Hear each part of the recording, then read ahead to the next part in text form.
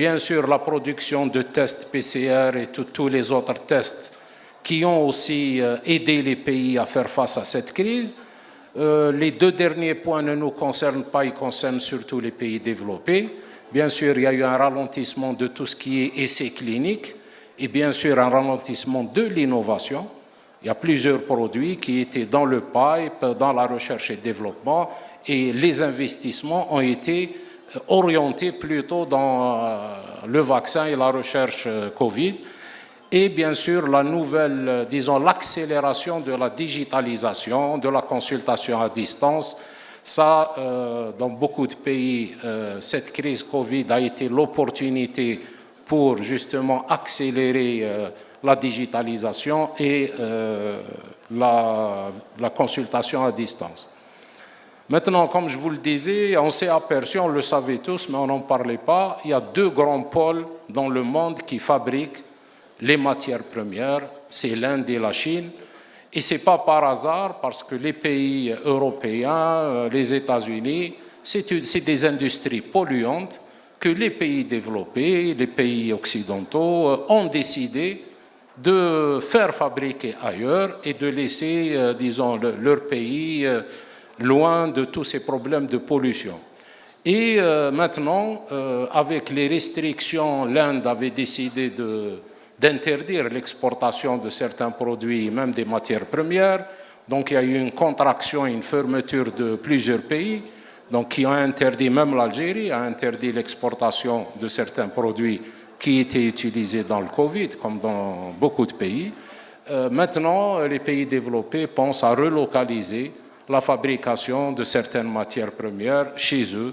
Et on s'est aperçu aussi que il n'y a pas eu d'impact sur les matières premières qui sont à base de biosimilaires. Et les API, par exemple, 30% des installations qui fabriquent les active pharmaceutical ingredients fournissant les États-Unis sont basées en Chine. C'est pour vous dire la dépendance de la Chine. Et par exemple, 70% des fabricants indiens s'approvisionnent en matières premières en Chine. Donc le plus grand pôle mondial de matières premières est la Chine. L'impact de cette crise Covid, vous le voyez sur The Times of India, les prix des matières premières ont augmenté en moyenne de 140% dans le monde. Et donc ça, alors que chez nous, il n'y a pas eu d'augmentation de prix, par exemple. Ça, c'est important de le signaler. On va revenir sur des exemples. Par exemple, les API, comme je vous l'ai dit, 140% d'augmentation. Les articles de conditionnement, il y a eu plus de 100% d'augmentation, avec l'augmentation des prix du papier. On donne quelques exemples de matières premières. Le paracétamol a augmenté de 139%. L'acide ascorbique vitamine C de 55%. Vous voyez tous les exemples. Je voudrais un peu m'attarder sur le paracétamol. En 2019, il coûtait $6 le kilo. Aujourd'hui, et quand vous achetez plus de 50 tonnes, il coûte $12 le kilo. En 2019, le fret pour l'acheminer d'Asie vers notre pays, il coûtait 20 cents. Aujourd'hui, il coûte $1,2. C'est-à-dire qu'on est passé d'un prix de $6,20 à un prix, quand on achète plus de 50 tonnes, à $13,20. C'est un saut énorme. Et quand on sait que de chez le producteur algérien, même avec l'augmentation récente qu'il y a eu sur le paracétamol, le produit en PCSU sort à 43 ou 45 dinars. C'est vraiment insuffisant et on le voit tout de suite, la conséquence, et c'est une conséquence assez dangereuse. Il y a 3 principaux fournisseurs de paracétamol en Algérie. Il y a 3 players. Il y a Mérinal, il y a Saïdal et il y a Sanofi. Et ce n'est pas normal dans un pays industrialisé comme l'Algérie qu'une grande molécule comme le paracétamol, elle n'est que 3 principaux fournisseurs qui, entre eux, ils ont 90% des parts de marché. C'est une situation dangereuse et nous, en fait, nous avons dit à l'UNOP que la boîte de paracétamol devrait au moins être vendue à 100 dinars, sinon un peu plus, 110 dinars, pour qu'il y ait plusieurs acteurs et pour qu'on puisse assurer la sécurité d'une molécule aussi importante. Voilà vous avez toujours la source en bas, le prix du fret aérien et maritime, qui est passé, comme vous le voyez, en septembre 2019, qui était à 2-3 dollars, plutôt à 1 dollar et quelques le kilo, et on est arrivé à plus de 10 dollars, surtout le fret aérien, on est même arrivé à 11 dollars 20 le kilo. Donc, bien sûr, là aussi, il y a de la spéculation, il y a beaucoup d'enjeux, il y a beaucoup de compagnies qui profitent de cette pandémie, justement, pour rattraper les pertes qu'ils ont essuyées en 2020. Ça, c'est important de parler de ça. Je vais le commenter rapidement. Ça, c'est sur les dépenses de santé et les dépenses de médicaments d'une manière particulière. Vous avez le bleu foncé, c'est les dépenses qui étaient prévues en absence de Covid, c'est-à-dire avant la crise sanitaire. Donc, vous voyez qu'il y avait des dépenses avec, bien sûr, une certaine stabilité. En vert, c'est les dépenses qui ont été induites par la crise sanitaire, mais en excluant le vaccin.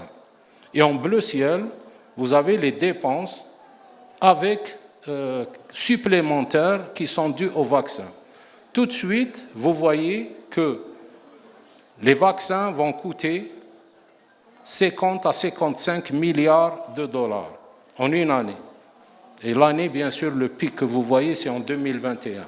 Et la reprise du bleu ciel, à partir de 2024, bien sûr, ça, c'est les prévisions de rappel qui vont être faites. C'est pour voir l'impact de cette crise sanitaire sur les dépenses de santé et le fardeau qui est lourd, assez lourd, pour des pays comme l'Algérie ou même d'autres pays, pour justement faire face à cette crise sanitaire. Et quand on voit, je vous le dis franchement, j'ai hésité à le dire, beaucoup de pays n'ont pas accès au vaccin. Ils veulent vacciner leur population, ils n'ont pas accès parce qu'ils n'ont pas l'argent pour l'acheter. Nous avons des vaccins et on a des personnes qui ne veulent pas se faire vacciner. Et je pense que réellement, le pharmacien devrait, à chaque fois qu'il a un client en face de lui, qu'il a un malade en face de lui, le sensibiliser sur l'importance de la vaccination. C'est extrêmement important parce qu'il y va de notre sécurité à tous. Je ne sais pas comment ce message, en fait, on n'est pas parvenu. Nous tous, nous avons une responsabilité. Nous sommes des acteurs de la santé. Il n'y a pas que l'État qui a la responsabilité de le faire. Nous avons les moyens et des moyens simples. 12 044 pharmacies, 36 000 médecins. Si chaque acteur de la santé, je ne parle pas, il y a des infirmiers, si chaque acteur de la santé, à chaque fois qu'il avait l'opportunité de le dire, il le dit, je suis certain que les résultats se feront sentir sur le terrain. Mais ce n'est pas normal que dans des entreprises de l'UNOP, il y a des entreprises qui ont 17% de vaccination. C'est même dangereux. Et on va probablement se retrouver l'année prochaine, peut-être ici, à parler encore de pandémie, alors qu'on pourrait sortir très rapidement de la crise. On a tous les moyens, on a tous les médicaments et on a le vaccin qui est disponible. Maintenant, on va parler un peu de notre pays. D'abord, sur le plan économique, sur le plan de la croissance, vous voyez qu'on est en GDP, on est à 509 millions de dollars, avec 1,6% entre 2015 et 2019, 1,6% de croissance, et bien sûr avec 43 millions d'habitants et une population qui est en croissance de 2,1%. C'est des chiffres que vous connaissez. J'insiste pour mettre toujours ce slide de la couverture par la sécurité sociale, parce que c'est une des choses qui on devrait s'enorgueillir. Vous voyez que la couverture quand même sociale en Algérie, par les caisses de sécurité sociale, c'est-à-dire publiques, elle est quand même de 66%. Vous pouvez la comparer aux autres pays. Il n'y a que 1% qui sont couverts par les dépenses des ménages. Et nous avons quand même en dépenses de santé par rapport au ratio dépenses de santé sur pourcentage de GDP, de croissance moyenne, nous sommes à 6,4%. Je vous invite aussi à comparer par rapport aux autres pays. Pour le moment, nous sommes encore bons sur les dépenses de santé. Peut-être qu'il y a des arbitrages à voir où est-ce que ces dépenses vont. Peut-être qu'il y a des dépenses qui devraient être réorientées, mais sur le plan macro, l'Algérie dépense beaucoup pour sa santé. Maintenant, est-ce qu'il y a une corrélation entre les dépenses et l'efficacité? Ça, c'est une autre question où des spécialistes pourraient traiter ça. Le marché algérien a connu entre 2016 et 2020 une croissance annuelle moyenne de 6%, en valeur bien sûr. Et vous voyez très rapidement qu'entre 2019 et 2020, il y a eu ce ralentissement de la croissance qui est dû aux événements que nous avons connus et qui est dû aussi au début de la pandémie. En matière de volume, il y a eu une croissance annuelle moyenne de 2%. Nous voyons aussi que le marché est couvert par 48% par les génériques, les originaux à 37% et bien sûr 15% par les autres qui sont classés comme ça. Les acteurs, 63%, les 15 premières compagnies en Algérie couvrent 63% du marché. Nous voyons que le marché officinal en PPA, bien sûr, a été en 2020 de 2,3 milliards de dollars, avec une croissance entre 2016 et 2020 de 6% et de 3% entre 2019 et 2020.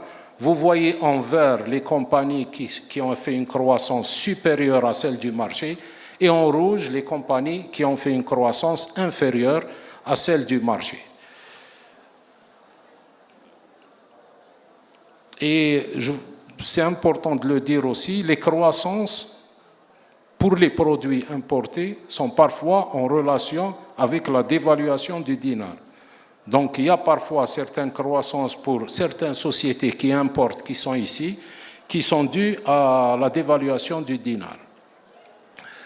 Sur le plan des produits, on voit aussi que voilà, les insulines analogues restent à la tête donc des dépenses de santé, avec une croissance qui est quand même de 13%, autant entre 2016 et 2020 qu'entre 2019 et 2020, en maths Q4. Après ça, vous avez les antihypertenseurs avec 271 millions de dollars, les produits anti-infectieux, en tout cas, vous avez toutes les familles thérapeutiques. Ici, j'ai voulu vous donner les chiffres les plus récents que IQVIA a eu l'amabilité de nous communiquer. Donc, c'est la comparaison entre le premier semestre 2020 et le premier semestre 2021. Vous voyez que c'est assez récent. Et on voit tout de suite qu'entre les deux premiers semestres, il y a une reprise de la croissance. On est à plus 7% de croissance. Là aussi, rappelez-vous, premier semestre 2020, il y a eu le pic de la demande le mois de mars et d'avril sur certains médicaments. Et donc, normalement, la croissance, elle est un peu supérieure à ça parce que disons, les consommations du premier semestre 2020 ont été un peu supérieures à la normale puisqu'il y a eu ce rush surtout pour les maladies chroniques, pour stocker certains produits, tout ça. Et donc, on voit aussi, par exemple, que plusieurs entreprises sont, en tout cas, la bonne chose, c'est que c'est les entreprises qui font des croissances importantes, c'est des entreprises qui ont investi dans la production. Et ça, tout de suite, vous voyez la politique d'un pays qui se reflète sur le terrain. Quand on va voir les chiffres, par exemple, d'autres pays africains ou autres qui n'ont pas cette politique de drainer l'investissement et d'encourager la production, ben vous allez trouver que les premières entreprises, c'est des entreprises, celles qui connaissent une croissance, c'est les entreprises qui importent et qui distribuent. Ici aussi, bon, ça c'est le slide en volume, il n'y a pas grand-chose à dire en volume. Les tensions dans le monde. Je voulais un peu sensibiliser sur ce qui se passe dans le monde, parce que souvent on ne prête pas attention à ce qui se passe dans le monde. Vous voyez qu'en France, par exemple, il y a eu plus de 100 signalements, et vous avez les sites sur lesquels, pour ceux qui doutent des sources, vous avez toujours le site en bas que vous pouvez aller consulter. Donc, en France, il y a eu plus de 100 signalements entre 2019 et 2021. Aux USA, en 2020, il y a eu plus de 500 signalements. Et jusqu'à maintenant, il y a 86 signalements de rupture aux États-Unis par rapport aux ruptures.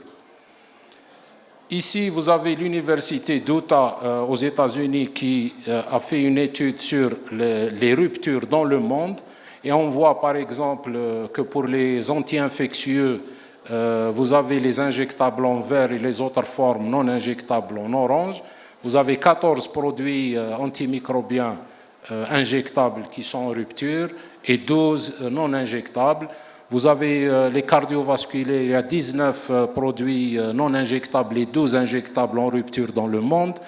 Les hormones, 9 produits injectables dans le monde qui sont en rupture et 10 non injectables. Et même la chimiothérapie, les produits de chimiothérapie n'ont pas échappé à ces ruptures, puisque 17 produits injectables en chimiothérapie étaient en rupture, disons, dans plusieurs pays dans le monde, et 2 qui ne sont pas. Et ça, c'est dû autant à la fabrication des matières premières, c'est dû aussi à ce que la Chine récemment a pris des dispositions écologiques pour justement diminuer la pollution. Les unités qui travaillaient 8 heures par jour, qui fabriquaient les matières premières, maintenant, elles doivent travailler la moitié, c'est-à-dire 4 heures par jour. Ce qui fait que les volumes de production ont baissé, le fret aérien a augmenté, et sur certains produits anticancéreux, parce que souvent, il faut le dire, souvent les produits qui tombent en rupture, c'est les produits qui ne sont pas chers. Ça veut dire quoi? Ça veut dire que les fabricants leur tournent leur dos à partir du moment où les marges baissent ou deviennent négatives. Ça, c'est les réalités économiques que chaque pays doit prendre en compte. Je vous donne un exemple de tous les produits que je viens de citer qui étaient en rupture dans le monde. Bon, on voit qu'il y a de tout. Vous voyez les causes et les ruptures chez les fabricants, augmentation de la demande. Vous avez parfois des problèmes de vial qui ne sont pas disponibles. Voilà, les impuretés nitrosomiales pour les artans qui ont été en rupture. Donc, vous avez des produits qui sont des anesthésiques. Enfin, il y a toutes les classes thérapeutiques. Ça, c'est dans le monde. Et vous avez une belle étude de UFC qui a été faite en 2019, mais qui est toujours d'actualité, le nombre de produits en rupture en France. Et vous voyez qu'en 2019, il y a eu 1200 signalements de rupture et de tension. Et une prévision, pour 2020, qui allait être de 2400. Et on voit clairement qu'en 2010, il y avait 44 signalements de rupture. Et maintenant, 10 ans après, enfin 11 ans après, on est à 1200. C'est pour vous dire que ce phénomène de rupture, c'est un phénomène qui est mondial, c'est un phénomène qui trouve son origine, enfin avant la pandémie, qui trouvait son origine parce que maintenant, c'est les financiers qui dirigent les entreprises pharmaceutiques. Et les financiers, ils ont, je parle des multinationales, ils ont un seul objectif, c'est de diminuer les dépenses et d'augmenter les bénéfices. Et c'est une vision assez restrictive puisqu'on parle de produits de santé. Malheureusement, il n'y a aucune différenciation aujourd'hui dans le monde entre une entreprise qui fabrique des produits de santé et une entreprise qui fabrique des produits alimentaires ou des services ou du tourisme. Et donc, l'orientation strictement économique de ces multinationales fait que les gens travaillent en flux tendu. Il n'y a pas de stock de matières premières. Et il suffit qu'il y ait un petit problème dans la chaîne d'approvisionnement pour qu'il y ait une rupture.